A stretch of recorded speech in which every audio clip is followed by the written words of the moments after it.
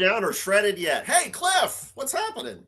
Hey, I think we're live. We're doing it live. Remember, we used to do that, and we stopped at some point. And I feel our ode to the insane Bill O'Reilly really should continue. With you. This is Amped Up with Cliff Schecter, and I'm David Shuster, and Cliff normally says Cliff Schecter's the better half, so I'm all about that. I was going to get to all of that, David. Yes. Okay. Well, we could start over again if you want. Hi, I'm Cliff Schecter. You're David Shuster. Up with Cliff Schecter. David Shuster here, who's won an Emmy, as you all know, is by You know what? I'm really fired up today, Cliff, because the number of the day is 5,700. That's the number of Epstein files released since last week that have a mention of Donald Trump, but it's not just one mention in some of these files. And when you add it all together, according to news organizations like the AP and the New York Times, 38,000 mentions of Donald Trump in the documents released starting last week. Now, Donald Trump barely knew him, you know? Donald Trump says, well, I really wasn't friends with Jeffrey Epstein. What? I mean, at least say, yeah, I was friends with him, and then we cut it off, whatever sort of lie you want to come up with. They were the best of friends for 10 years. The documents prove that over and over. And for Donald Trump to now say, oh, I think we all need to just move along. Well, maybe the reason he wants to move along is because some of these files contain allegations that he was raping young girls. I don't know. Yeah. And I mean, again, yes, these are allegations. Then there are certain no names attached to some of them.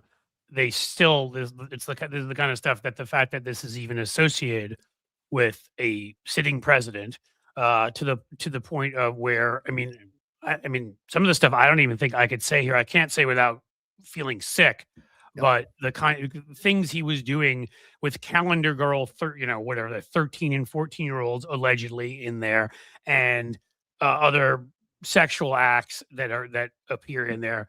That he spent so much time with this individual that he sent him a birthday note that was purposely disgusting, that he, said, oh, Jeffrey Epstein, he loves beautiful women even more than me, and younger ones, or whatever it was, his infamous statement, that he owned pageants so that he admitted to Howard Stern on his show he could sneak in and peek in on 15 and 16-year-olds. I mean, again, yeah, sure. We don't have names on those other allegations. We just have plenty of stuff that we do know to be fact that Donald Trump's admitted, and we're not even getting into women who were of age that he's an adjudicated rapist for, E. Jean Carroll, in a case where he was found guilty. The 28, 30, what are we up to? The number of women have charged him with sexual assault or harassment. Sometimes, and that video of infamous video, of course, grabbing them by the whatever. I mean, at some point, there's enough smoke there that, there's probably some smoke that's clearly enabled by, the sycophants around him. And the Department of Justice, I mean, think about it this way. The Department of Justice is still redacting, blacking out, or withholding the names of Epstein's clients, the men who were abusing, men and women who were abusing these young girls. But the Department of Justice is so incompetent that last week when they released these 3 million files, they didn't do hundreds and thousands of redactions on the survivors. In other words, the law said, release all the files, but make sure you redact the names of the survivors, the images of the survivors, the personal information. Instead, there's like 100 survivors who last Friday discovered the pictures of them being, from when they were little girls, the photographs of them, their personal information, their identifying information, their names are not redacted. And so they're getting death threats. They're getting all sorts of MAGA crazies who are saying, oh, you were a slut when you were a girl or whatever it was.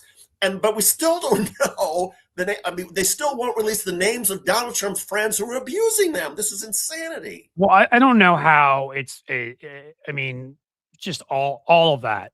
The fact, even the Justice Department releasing these they were girls, at least at one point.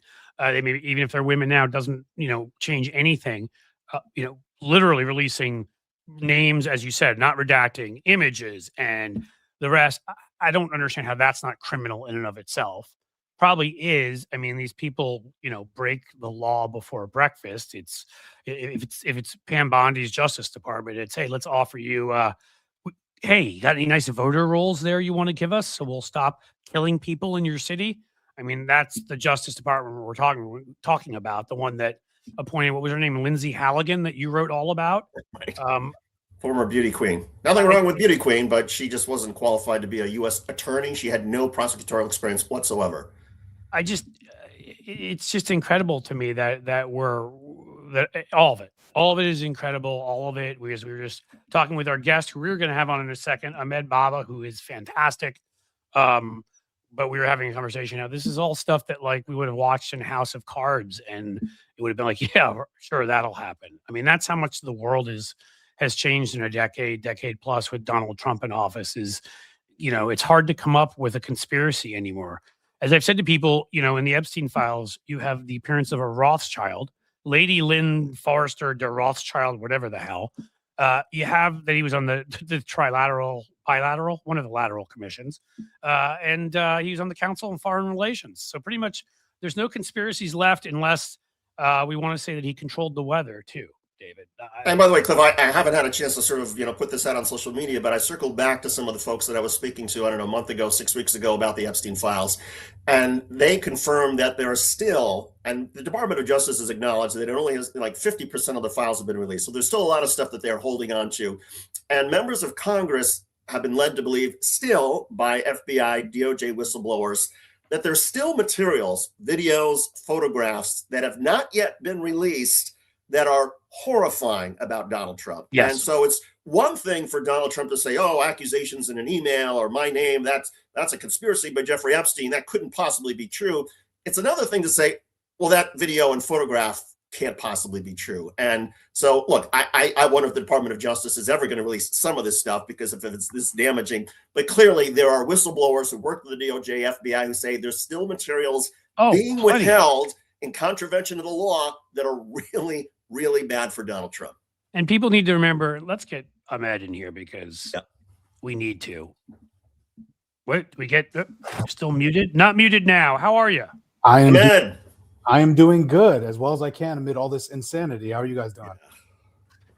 Same deal. It's like, I almost feel like it's like a roller coaster. I can be in a good mood and life can be going great, and then I read some of this kind of stuff, and it's horrific, and it's like, that when he was with the pageants and the in Russia and the stuff with these young girls and everything that actually just has been that we know to be factually true, it's he's most likely, I guess I have to still say allegedly, a child rapist, and all his family, all those people around him, his friends, whoever they actually are, who aren't transactional, whatever, like all these people knew all of this and were willing to get behind this guy for president and not speak out. And it also makes me wonder again, this could exist in the world of conspiracy too, but in House of Cards. But I'm sorry, it really does kind of make you wonder the various folks who were so anti-Trump and then just suddenly, right, just like after they hacked into the RNC, servers, which they never released, like the DNC. Amazing how quickly Lindsey Graham became his best buddy. I wonder what they could have had on him.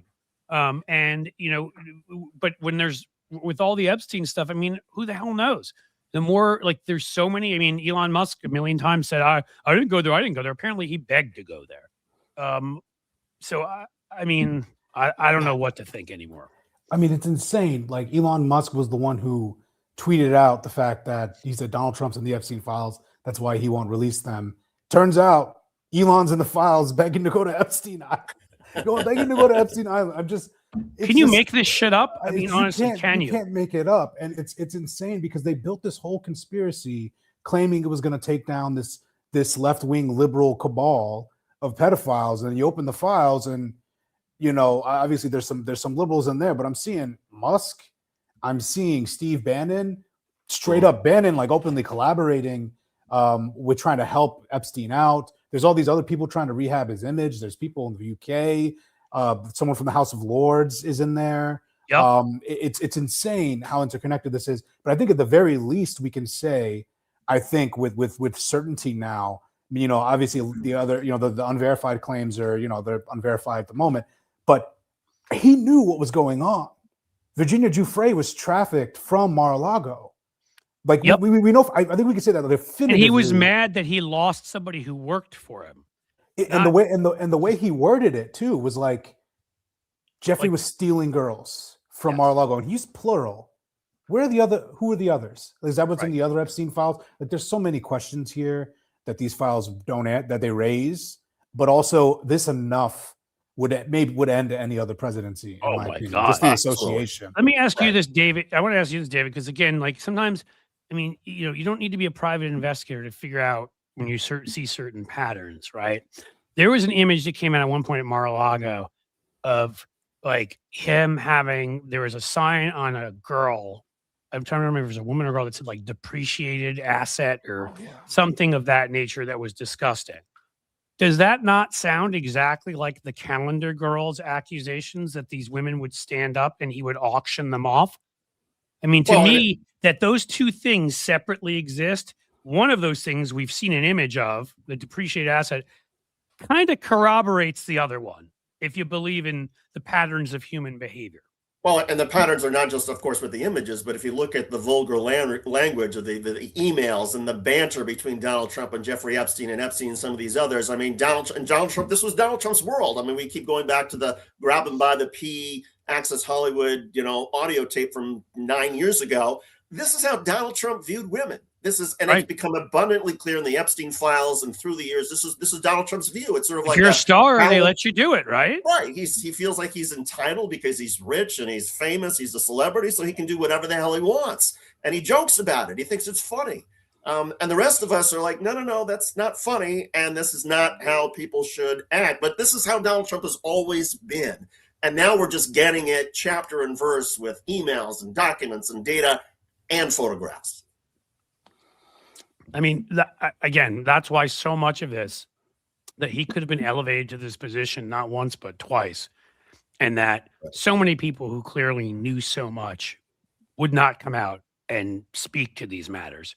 Right. And by the way, because I don't know if we've done a formal introduction yet, but Ahmed Baba, journalist, as you can see, political analyst, media tech. He's got a great Substack. He's done some terrific interviews about Minneapolis. He's written some amazing things about sort of international right-wing movements.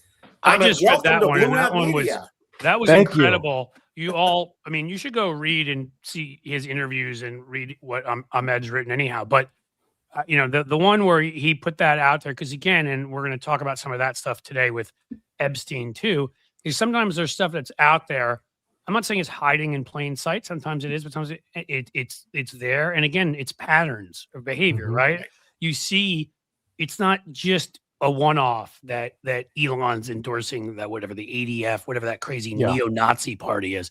It's not just a one-off that, Seb Gorka had like the cross of the Nazi party in Hungary, the party that was formed from the remnants of the Hungarian Nazi party. He was always great in that group. They still loved him.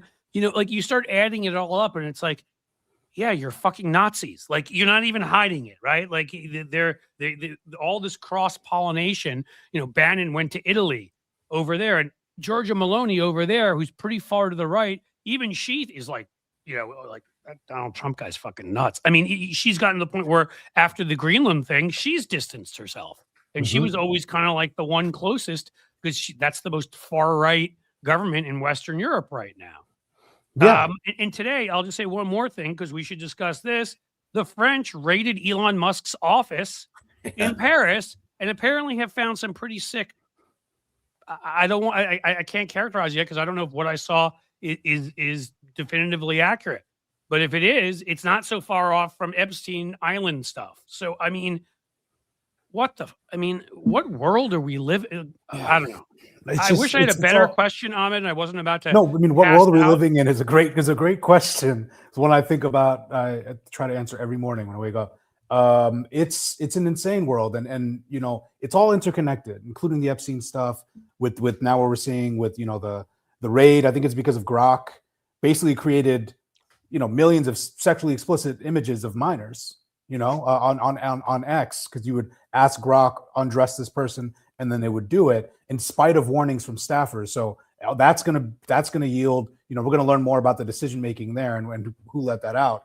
But then also like Musk, being in the Epstein files, and then also the interconnected nature of the international support and backing of Epstein, and like there are people from across the pond giving Epstein tips on how your debt would be handled. Weird stuff there. And then on top of this, now this interconnected transatlantic far right ecosystem that's been collabing for decades. We look at Brexit, Brexit was a prelude to Donald. And then even on I was top there of that summer, Ahmed. I'll say quickly, I was in London that summer, and I just figured I'd ask folks like, cab drivers, whoever, and you would hear the same talking points to where you knew there was stuff being fed to people about Brexit that just was, if anybody understood basic economics, was such, was just horseshit. And then, we were, then the America First stuff was, I mean, that had already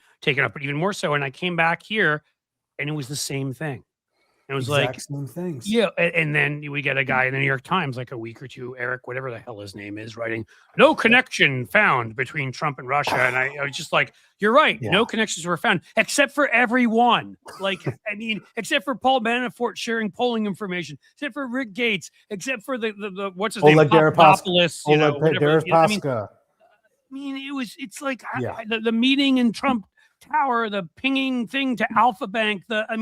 How much more could we really need and have for you? I mean, how stupid can you be to write that piece? And if you're a real journalist and you're somebody who is not corrupt, which I'm not going to accuse him of being, because I don't know what the answer is here, but how can you feel with all of that out there that you can write that piece? Like, what?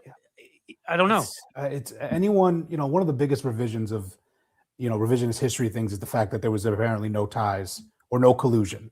Anyone who read the Mueller report saw ample incidents of collusion like you just outlined. So there's that. And that was also a part of this global collaborative far-right movement.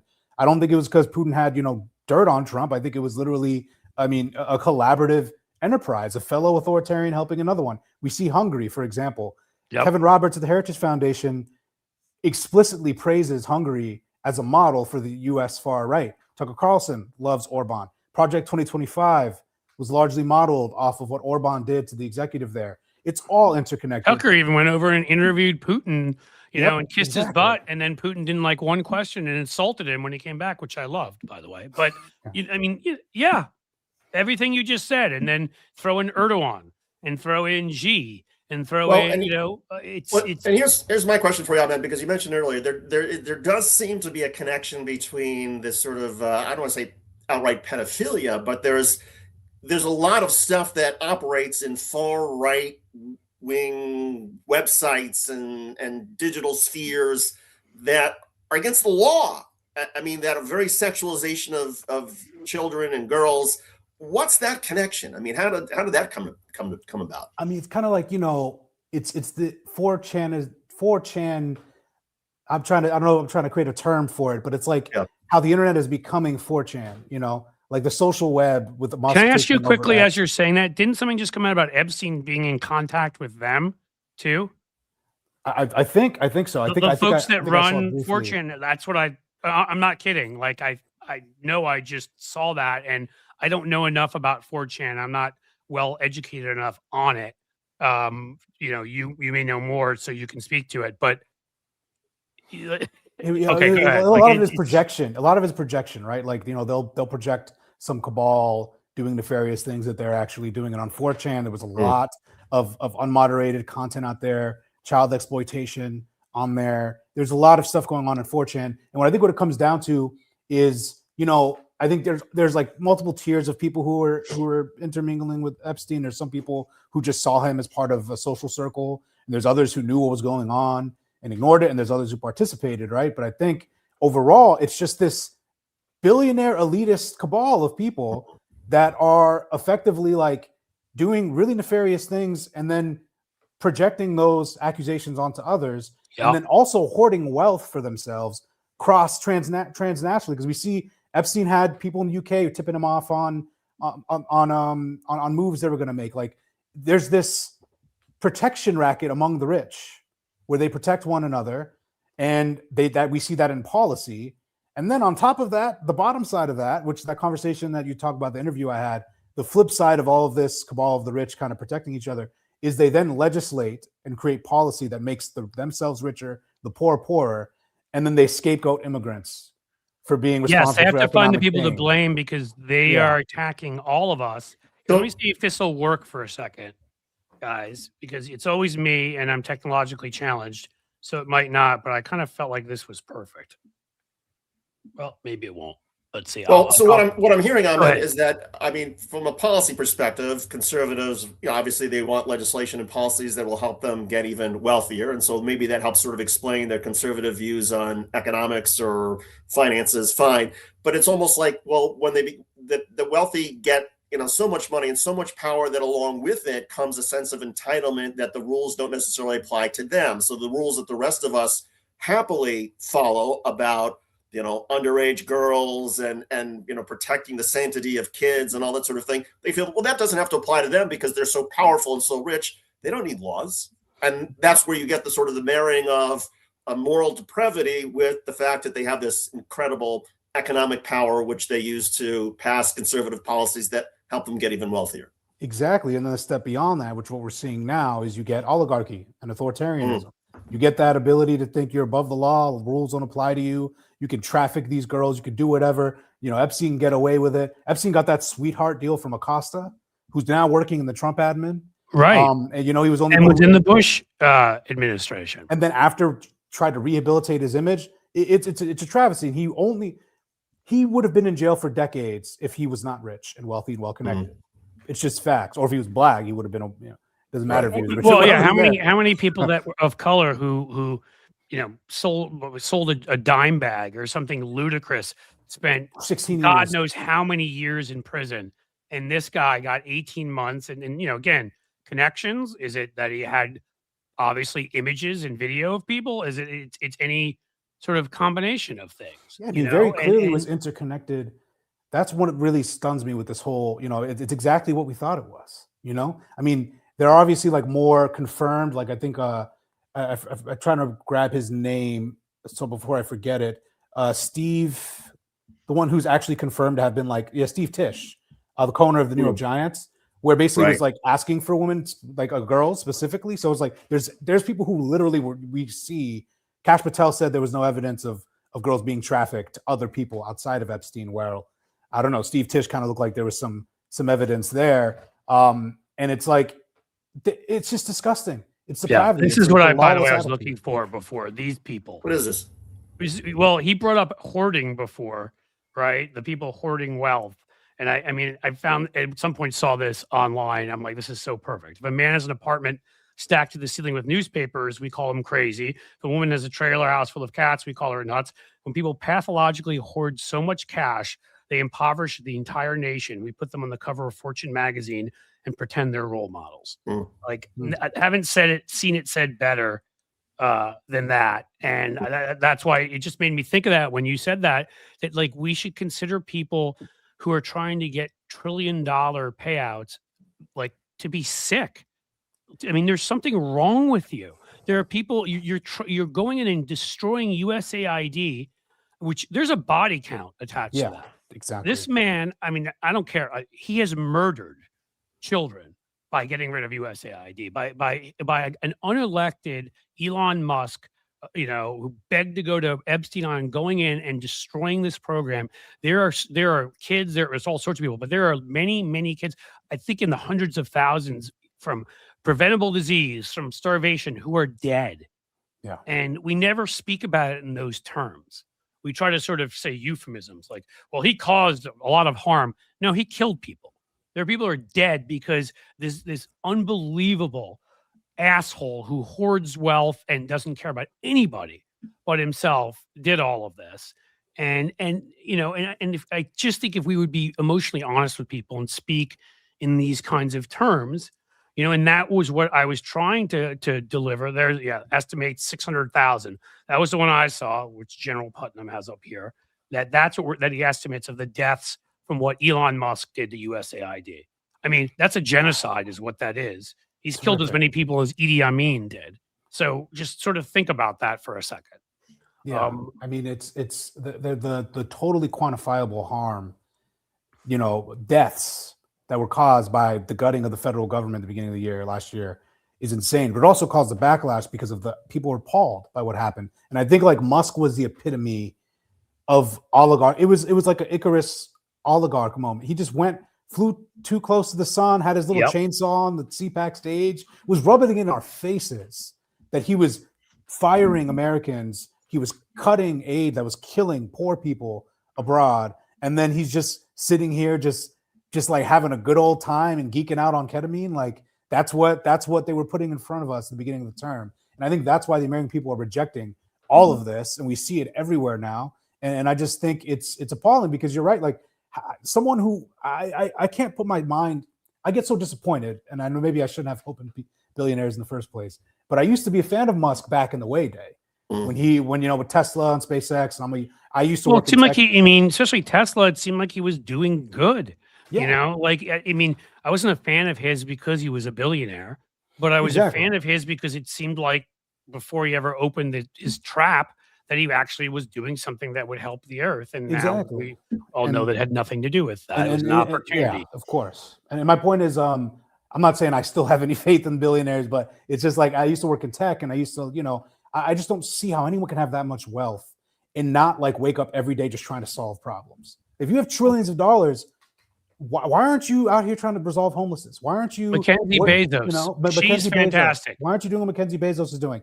And meanwhile, Jeff is out here just, cutting documentaries for Melania in exchange for what? He was with Pete Hegseth, so I guess he wants defense contracts for Blue Origin. Like, yep. It's just all quid pro quo. 12 people have watched that documentary, $40 million. I think that's what it was. So he spent the same amount on that ridiculous documentary that he spent on his second wedding, where, he and his wife, which I like to make sure to point out to everybody, at this point, it's arguable with the two of them whether they have a majority of their original parts of their bodies left or they're majority cyborg.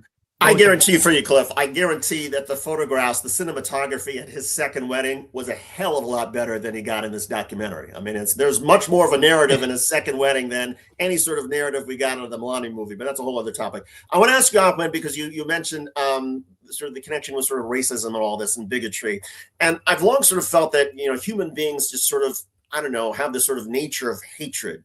I mean, I'm one of these people that you feed human beings hatred and it does something for them. And that's why, oligarchs, and that's why the autocrats and the horrible people of history have given normal people something to hate in order to distract them from the plundering or the stealing of the money. And I almost sort of feel like that's part of what we're seeing now, right? That as Donald Trump and the oligarchs and the billionaires try to enrich themselves, in order to distract the rest of us who are dealing with bills or dealing with a society that seems to sort of be crumbling, blame that guy. Blame the guy with dark skin. Sure. Blame the guy who speaks Spanish, and keep us occupied with that blame while the wealthy folks do this horrible stuff to enrich themselves. Am I wrong?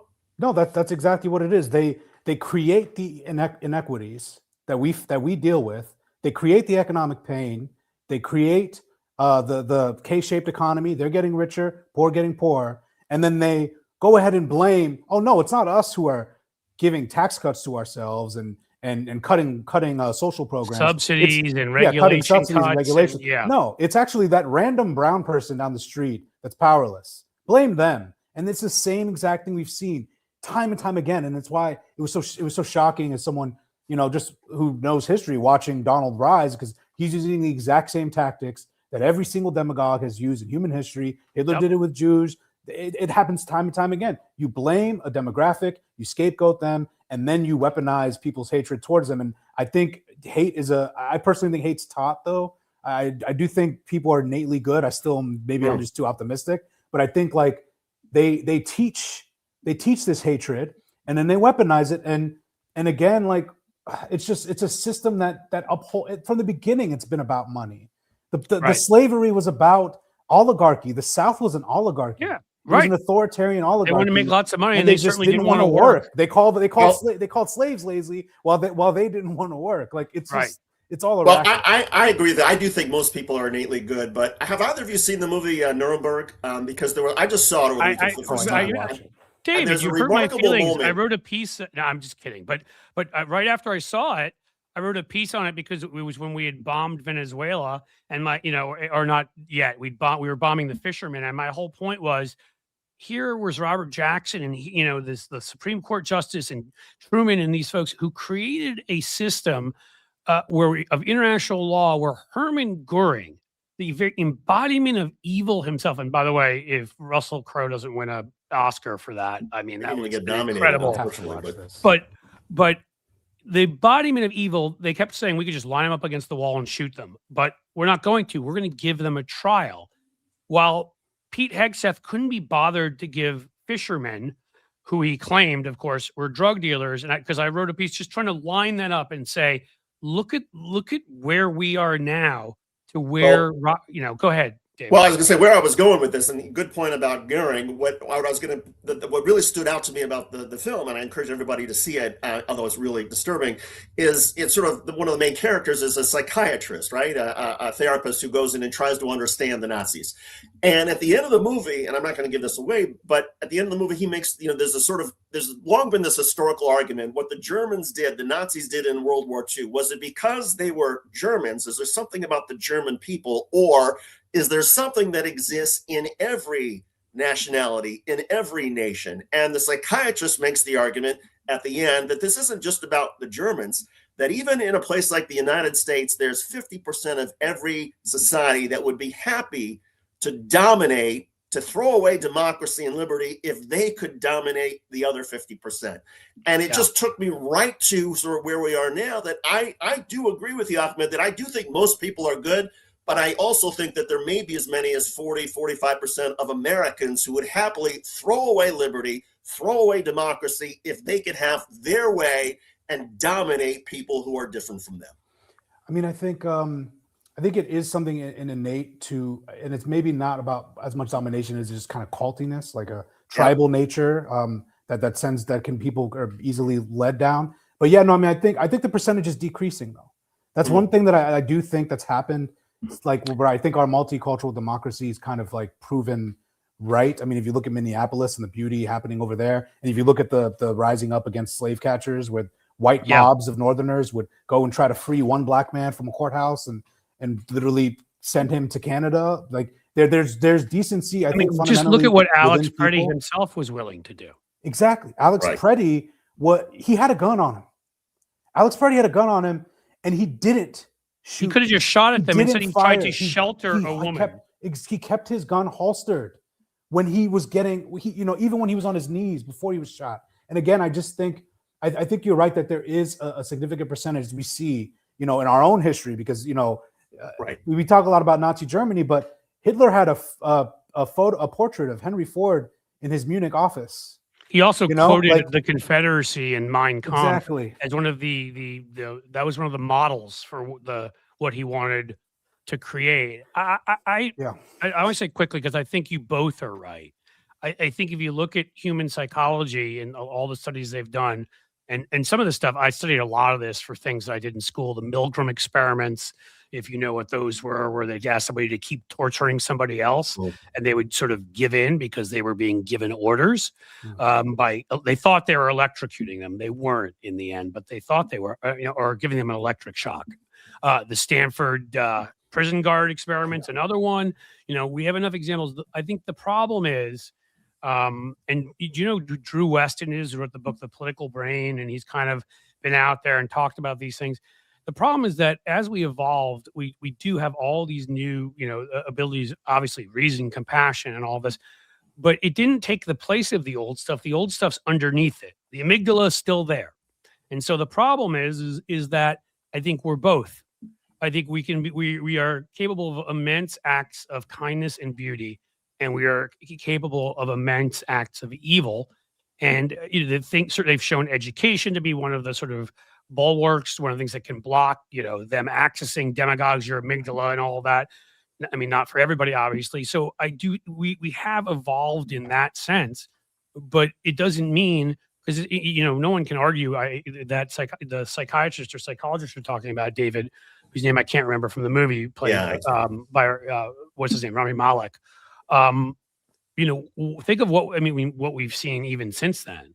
Right. What we've seen with Stalin, what we've seen with Pol Pot, what we've seen with Idi Amin, what we've seen with, there have been genocides with, what's his name in Bosnia, from Serbia, in Rwanda. Clearly, sadly, that part of our brains can still be accessed by those that wish to commit mass murder.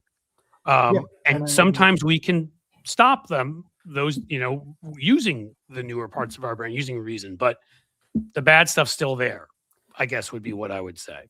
Yeah, I mean, and I think, and that was one of the things I was going to get to was like, I think it is right that there's both of those parts in all of us. Like I think we have to make a reaffirming choice every day, which side of our humanity we're gonna dive into, because we evolved. We've only had technology at this scale for a few decades, right? Like we're getting stuff that a human brain is not evolved for. We have, it's really insane. And also I think that's why leaders matter so much, because it's not in the culture that you're raised in.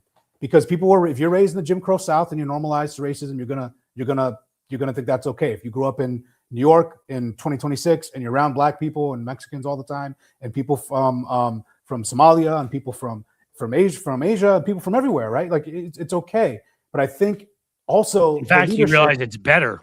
Exactly. The multicultural, but it is like more food, more culture, the food's more better. The festivals and marches are better. But like people are, why I love having someone like you on this show. Not even because you're any kind of different background or whatever, but because I didn't know you before you're on this show, and you're an interesting guy. And if you want to meet interesting people, then you should want there to be people from every background, right? If we're all the same, it's kind of boring.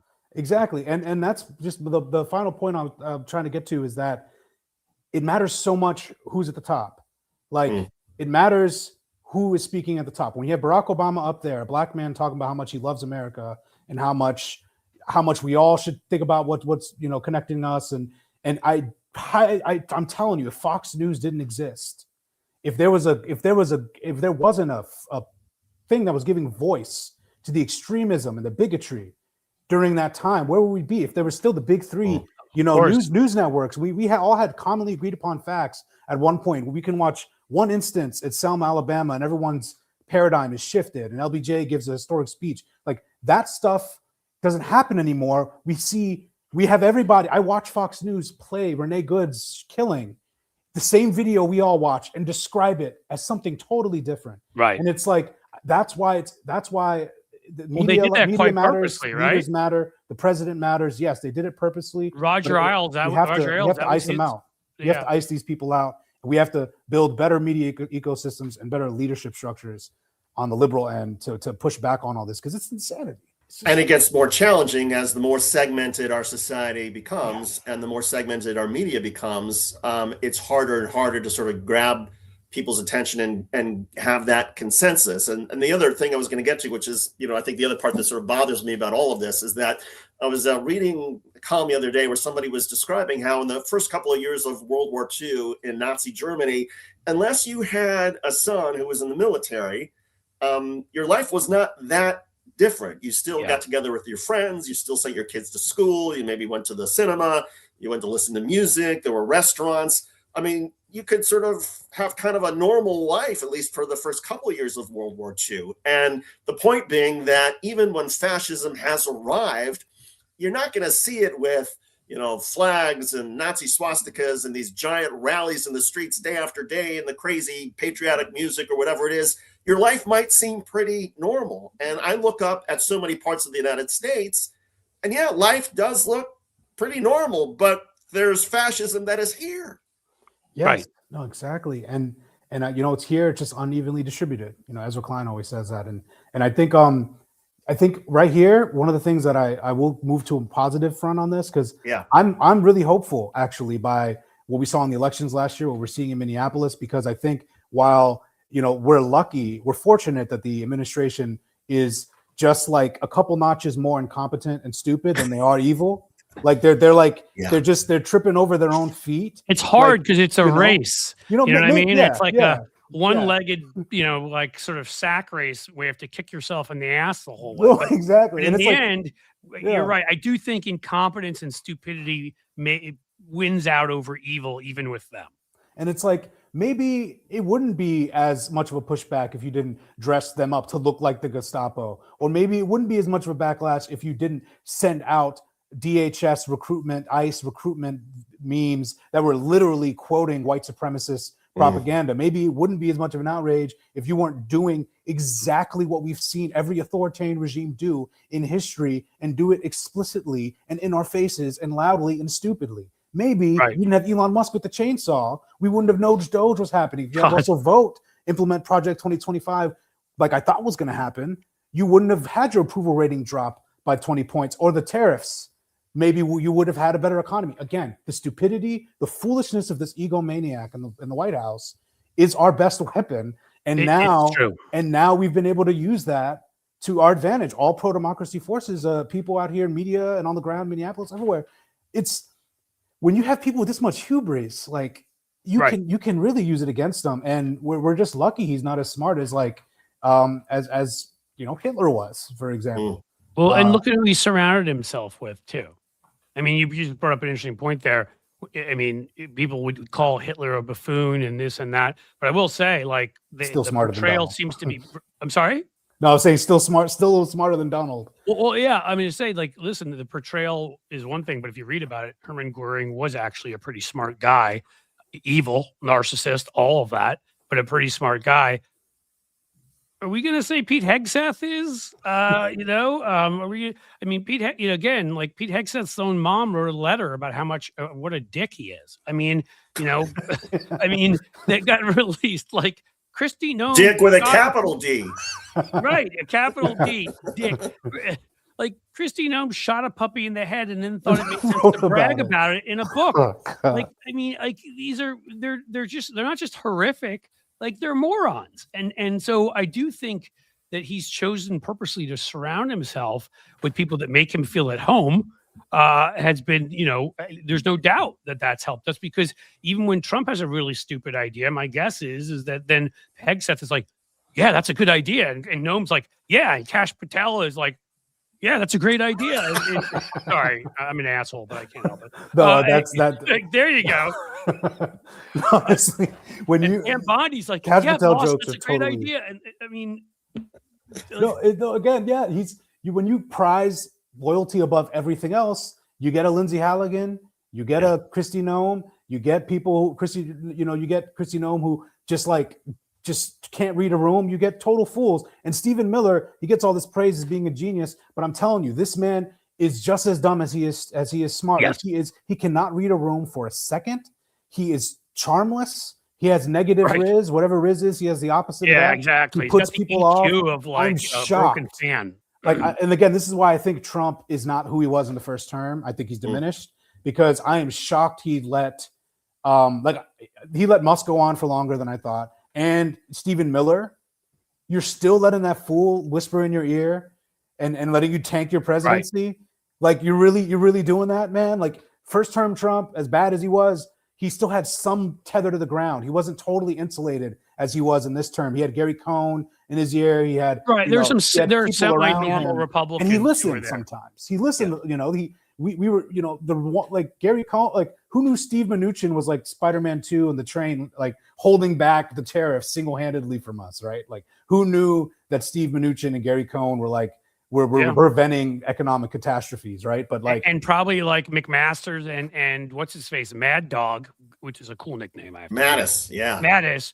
Like honestly, we're probably like, no, Greenland's stupid. Don't even say it. Whereas these guys were like, let's go bomb Greenland. There'll be no repercussions from that. You're right. I mean, there were at least some people that were they were somewhat semi-normal Republicans, who were. In fact, I need to confirm, but like tomorrow, I'm going to ask you this question at some point. But we're supposed to be having Miles Taylor on to discuss because obviously Miles is a big fight over cybersecurity and all that because he wanted to actually protect electoral integrity, and that's not something Donald Trump tends to favor. Which really is a good segue to the next point. I mean, so I agree with you, man. I've got the optimism in terms of how people have come around, how people have reacted, how we've united. Some of those videos of like Minneapolis singing these songs are beautiful. They're fantastic. But my one worry, and the one I keep bringing up, what I wanted to have Miles on tomorrow, I'm going to be asking other people. And again, I know this isn't your area of expertise. It's not mine, but I might as well ask it. My big worry here is we look at what we just did in Texas, switched 31 points and won this huge Republican district. Look what we just did we did in Miami. We hadn't won the mayor's race there because Cubans were reliably Republican. They've even managed to lose the Cuban population, which took many years to do. But they know this obviously because they're going and busting into Fulton County. They're demanding voter rolls, even when they got rejected, thankfully, from Minnesota. Trump just said we should nationalize federal elections and before said we shouldn't have them. Like January 6th did happen. He did plan it. Jack Smith said that. My worry here is that these are dress rehearsals, and you look at the 4 guys who were just arrested. Everybody talks about Don Lemon; he's the most famous. They arrested a state senate candidate who now may not be able to still run. Well, what if we're getting closer to the election? What is our plan, and who do we need to put together a plan so they can't claim terrorism's happening at that polling place and just shut it down? So they can't claim that person just broke the law with something they said, at a protest. That person running for U.S. Senate who's going to win who's a Democrat. Any of them, name any of them, Sherrod Brown or Roy Cooper or whoever it is. We're arresting them. They can't run for office. This is what worries me: is how to stop them from that. No, I mean that's a totally understandable worry. I mean, again, we're once again lucky that Donald articulates his every thought, so we know what they're planning, right? So what we can do is mobilize, I think, especially a legal network. I mean, you have Mark Elias there. You have, I'm sure Miles, with his Defiance Fund, they're going to do, maybe might pivot to do some election work there too. But I think you need mass mobilization and readiness to file fast, rapid lawsuits, because I think the courts are going to be the things that really have to hold during that time. If he tries all this stuff rapid fire to target the elections, when it comes to nationalizing the elections, I mean, the article literally it's in Article 1, Section 4, like it's right there. It says like the states run it, like it's the first article. And he talks about those first few articles all the time, but he didn't read that. You have to explain that to him though. You'd be like, listen, Article 1 means it's the first, and it's important. just keep all of your words like unisyllabic, and perhaps he will get it. Yeah, and I think he's gonna make attempts. But I really think it all comes down to how last year was handled. I think the Supreme Court matters a lot. I think I would be much more worried right now if Donald was at 50% approval rating. If he didn't touch the economy, if he didn't go buck wild stupid last year, and right now and literally embolden federal agents to murder people, I would think, okay, maybe we're in a position where Chief Justice Roberts and Coney Barrett might greenlight something. But I really think SCOTUS is watching. Like I heard how they were talking about the Lisa Cook case, like talking about Fed. Like I heard Kavanaugh talking about Fed independence, and I was like, okay, like not all of you are unitary executive pilled. Like I think there's something here where I think he's burned so much goodwill that institutions aren't going to be able to won't hopefully fold in the face of his what it will be midterm interference. And I think it's going to be the courts, it's going to be the people, it's going to be federal election workers. And we already saw this play. So I think we're going to know what he's going to do. I think we have people like Mark Elias and people out here. I think that's a big part of it. But I want like ex-judges. What's the one who goes after him all the time? The conservative. Yeah, Ludwig, I think. Michael Ludwig. I want Michael Ludwig talking about this the way I want someone like Miles Taylor talking about it. Honestly, I don't tend to believe that, I think our tradition of military staying away from elections is a good one, as military it usually equals coup in most countries. But honestly, right now, the fact that we talked with Bree Fram, who had where McChrystal spoke at when they were the trans members of our military were kicked out at their retirement, I guess they called it or whatever, and when they were being forced, and he said, I don't even know why the hell I'm here. This is ridiculous. I honestly I want folks like that. I get it. Normally you're doing your duty in a democracy that you shouldn't be using that power in a way that affects things. But right now is like break glass in case of emergency. I kind of feel like anybody on the national security, legal, regular people, obviously, but I want everybody, we need to be talking about this and we need to be formulating a plan, because I don't want to just hope it works out okay. And sometimes it does work out okay, right? I mean, to take it back to Minneapolis, and this is, I wanted to ask you earlier, Ahmed, you interviewed an organizer in Minneapolis. And given the context of the news today, there's Tom Homan, the border czar, who was dispatched to Minneapolis saying they're going to draw down troops. Well, that's a victory, a sense, for the people of Minneapolis, for the people of Minnesota. What jumped out to you about the organization, the response to these killings of Peretti and Renee Good, and how people got together?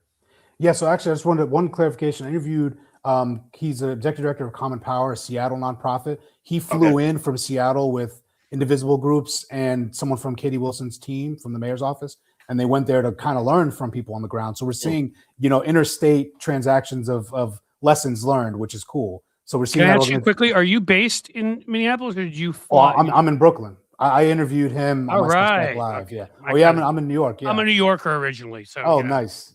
Yeah. So I from here got the insights from him, and I'm telling y'all, Minneapolis did beautiful work. And the way it's interesting, like they're now starting to get uniform. They have like red caps they're wearing. They have these whistles. They have now a license plate tracking situation there where they're trying to make sure unfamiliar cars are tracked, and if it's ICE, they notice it.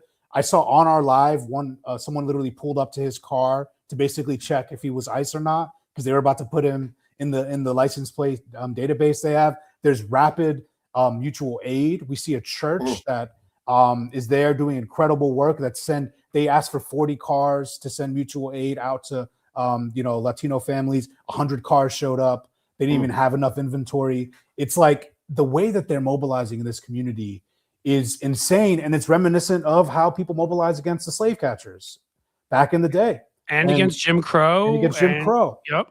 And it's beautiful to see. And again, it worked, although it was horrific, and it ended up, costing the lives of Renee Good and Alex Peretti. Those people were they were heroes. They were literally doing what they should have statues, and I think they will in that city when we're past all this, because yes, non-violent. Remember what happened to former Congressman and late Lewis, who almost he had his head bashed in and almost died, but he was willing to, that was a sacrifice he was willing to make, and others were, because we knew that nonviolence works. Which is why I just wonder, Cliff, to take it forward then, to move to your point about the elections, if there's a way to take the lessons learned from Minneapolis, the organization, the communities getting together, that communities can now replicate that to protect the sanctity of our vote, and to make sure that we're not intimidated at our polling places, and to make sure that federal agents are not pushing people off the ballot or making it difficult for people to cast their votes. Exactly what I was thinking. Coming away from that and then having this conversation, I think we need that same kind of grassroots community organizing, and then you can alert. We need to be almost instantaneous alerts of voter intimidation. Oh, there's federal forces here. Oh, there's ICE at this polling place. And then you mobilize. You be able to get the right people in contact with the right people. You can get lawyers. You can get election attorneys to maybe be on the scene, or you can get Mark Elias to file a rapid response lawsuit, right? And I think if we create these networks, and even if you get some people to show up at that polling place, maybe stand around, almost form a circle. I know they made some of these things illegal. Don't give them water or anything. Oh yeah, of course. But to try to maybe protect folks from violence, and show them, or even just show them in spirit, you're there with them. There's community activation that we saw in Minneapolis that we're going to see in other states. And again, it's just beautiful to see, because it's in the spirit of the civil rights era. I just gave a speech at the MLK Day celebration in Wisconsin at the Capitol. Wow. I don't know why they asked me to do that. I was shocked that they picked me, but I went there and I gave a speech. And because you're pretty smart and know lots of stuff, would be my guess. You walk around with a cheese head? Yeah, no, I was on the dais with the cheese head. Yeah, but I was there, and I just all this stuff has been connecting for me. Just thinking about the history and what happened in the '60s and the late '50s, and it's happening here again. And we have so many more tools now. We have instantaneous communication. We can mass organize. And again, I still firmly believe, I think especially after how last year went, that we're not in the reality. I am leaning more above 50, 60% that we are not in the reality where Donald is dictator beyond this term, right?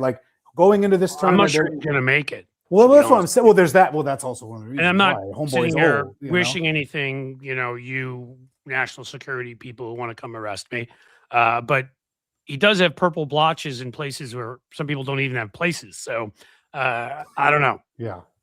Yeah, so I'm optimistic. I think the American people are fighting back, and I think Republicans are about to get absolutely demolished. It's going to make Watergate and 2018 midterms look like child's play. I think this is what I was thinking. Crushed. I want FDR.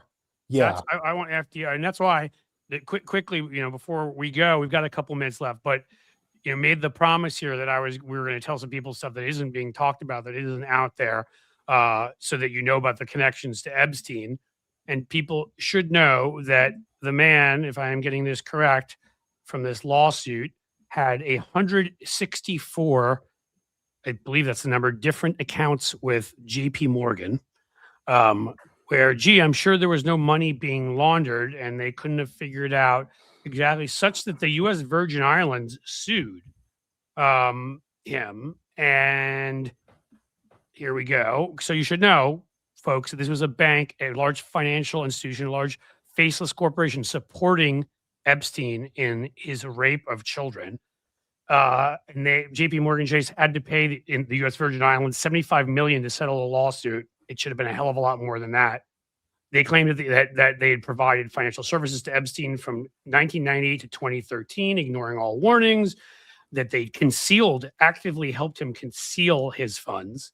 So that was that was one group. It was important to me to get out there. And then, as part of this connection, there are these two billionaires, the Dubins. One of them is Glenn Dubin and his wife, Ava, of course, or Anne Marie, who had a hedge fund, and of course were flying to Epstein Island, and guess what? Somebody here took care of his hedge fund being sold to JP Morgan, and that was Epstein. So Epstein, you have this cabal of billionaire predators working with right-wing, corporate institutions who do not care what is happening to young girls. And there are your two billionaires you never heard of. Memorize their names, the Dubins, because these people get to just walk in between the raindrops and nobody ever says anything. JP Morgan Chase, know about them, and know that when I said a presidential candidate too, and this one's personal for me here, that the Dubins supported with $100,000 donation to a PAC, a guy named Vivek Ramaswamy, who is running for governor of the state of Ohio. I live in Cincinnati here.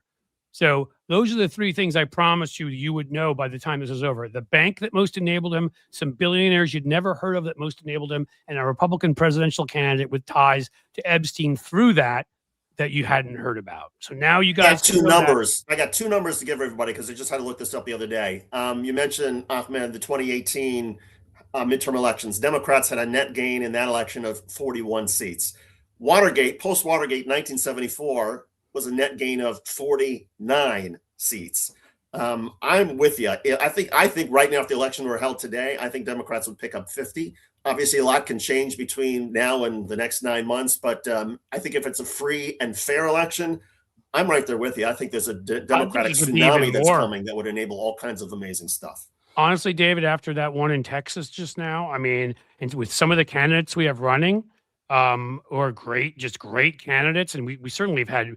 I mean, it seems like in every Senate race, you just see Vindman get in down in Florida, the way Mary Peltola got in Alaska. And I think. I mean, I'd have to look. I looked and talked about it in a piece that I wrote, and I've now forgotten. But FDR, it was 70-something seats, and I'm not saying like we should be happy with winning a solid majority. I'm just saying, when you're looking at switches like we're looking at, where you're not safe in an R+14 seat, that would create problems for them. That's why we need to make sure. Where can people find you? Well, yes. I'll say one thing just to add to that, if I can, just so that I think we will see that, and then hopefully we'll be in the reality where we are then in an era in 2028 where we get to redefine, restructure, and basically refound the country and do anti-corruption laws and rebuild the government and do what we need to do, because we could be in a really hopeful era if things go right afterwards. But where people can find me, you're exactly right. If you think about, and again, I'll give the info because I know David's got to run and get the kids. But if you think about where we've had some of the most change, sadly, it was stopped at the end of Reconstruction. Didn't last as it should have. Didn't go where it should have. But after the Civil War, during FDR's time with war and with depression. It's horrible what's going on, but it creates the situation where we know this guy's found the loopholes. He's found the things that were just tradition, that weren't in law. We need to create new institutions. We don't need to go back to where we were. We need to go forward, and we can do that if we win with big enough majorities. So now I'll kick it to you. And I have to say, you're awesome. Having you on has been thank incredible. You. Thank you. Please I love hanging with you guys. We're going to do this more often. David, I'm going to let you go. Do what you got to do. But where you guys can find me, ahmedbaba.news. I got it right here. My Substack, that's probably the best place to find me and support me. You can just subscribe. And then also I'm on socials. If you just Google me, Ahmed Baba, you'll see my Instagram, my Twitter. I'm still on X, but we got Blue Sky. We got Threads. I'm everywhere. So, Ahmed, great having you on Blue Amp Media and joining us. A real pleasure talking with you, and just an awesome show. Cliff Schecter, well done again, my friend. We'll talk to you guys soon.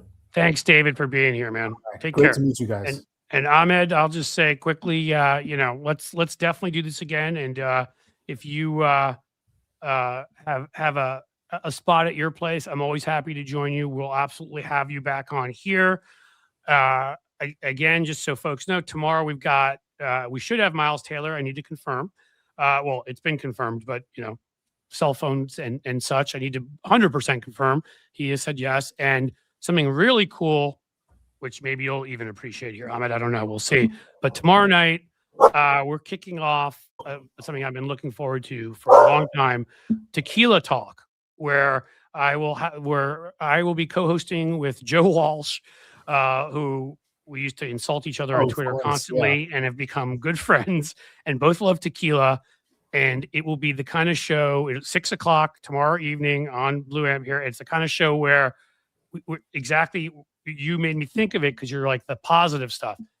Joe and I can complain a lot, scream a lot in our various places, but it's going to be a show where we're going to try to laugh and be positive and look at what we've accomplished that's been good that week, and go into the weekend during a happy hour on a Thursday night talking about tequila and talking about the betterment of our country and making jokes. And I don't know if you drink or if you're a tequila drinker or any of that, but we'll have guests on here and there. So, that sounds like a good vibe, man. Honestly, like that's what we need. That's what we want, that vibe, because these other shows, right? No, that's a good vibe. No, I mean, and just like casual talk about that's what we need more of. People over drinks, just kind of figuring out how we get out of this hellhole. So good stuff. Thank you. If we don't have like some good tequila and we don't laugh our asses off and at least give people some hope, then I will say we failed in that episode. So that is going to be planned every Thursday at 6.